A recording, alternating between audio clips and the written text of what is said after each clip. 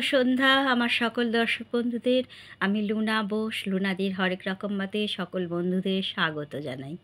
আজ পাঠ করব বিশ্বকবি রবীন্দ্রনাথ ঠাকুরের তুমি প্রভাতের শুকতারা। তুমি প্রভাতের শুকতারা, আপন পরিচয় পাল্টিয়ে দিয়ে কখনো বা তুমি দেখা দাও গধূলির দেহলিতে। এই কথা বলে জ্যোতিষী। সূর্যাস্ত বেলায় মিলনের দিগন্তে রক্ত অবগুণ্ঠনের নিচে শুভ দৃষ্টির প্রদীপ তোমার জালো সাহানার সুরে। সকালবেলায় বিরহের আকাশে শূন্য বাসর ঘরের খোলা দ্বারে ভৈরবীর তানে লাগাও বৈরাগ্যের মূর্ছনা। সুপ্তি সমুদ্রের এপারে ওপারে চিরজীবন সুখ দুঃখের আলোয় অন্ধকারে মনের মধ্যে দিয়েছ আলোক বিন্দুর স্বাক্ষর। যখন নিভৃত পুলকে রোমাঞ্চ লেগেছে মনে, গোপনে রেখেছ তারপরে সুরলোকের সম্মতি ইন্দ্রাণীর মালার একটি পাপড়ি। তোমাকে এমনি করেই জেনেছি আমাদের সকাল সন্ধ্যার সোহাগিনী।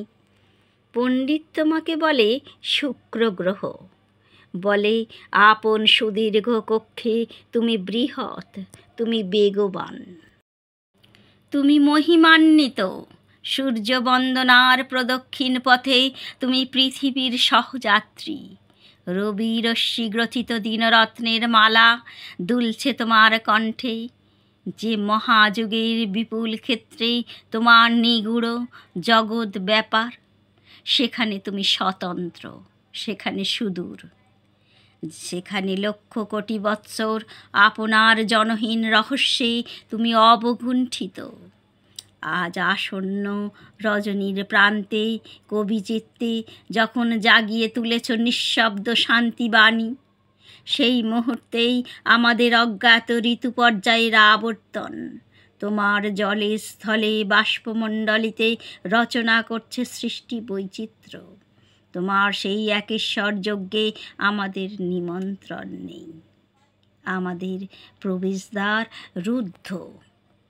হে পণ্ডিতের গ্রহ, তুমি জ্যোতিষের সত্য, সে কথা মানবই। সে সত্যের প্রমাণ আছে গণিতে, কিন্তু এও সত্য, তার চেয়েও সত্য, যেখানে তুমি আমাদেরই আপন শুকতারা, সন্ধ্যা তারা।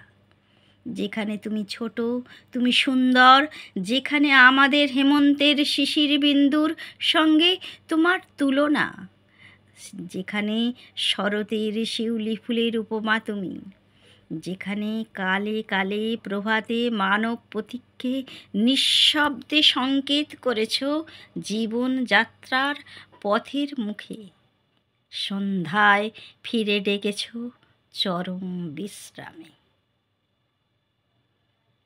কবিতাটি যদি ভালো লেগে থাকে আপনাদের, অবশ্যই লাইক কমেন্ট শেয়ার করবেন, আর সাবস্ক্রাইব করে পাশে থাকা বেল আইকনটাকে প্রেস করতে একেবারেই ভুলবেন না। তাহলে আমি যা যা ভিডিও আপলোড করব তার নোটিফিকেশান আপনাদের কাছে চলে যাবে এবং আপনারা তা দেখতে পাবেন। ভুল ত্রুটি মার্জনা করবেন। সবাই ভালো থাকবেন, সুস্থ থাকবেন, সাবধানে থাকবেন। সবাইকে অনেক অনেক ধন্যবাদ জানিয়ে আজকের মতো কবিতা পাঠ এখানেই শেষ করলাম।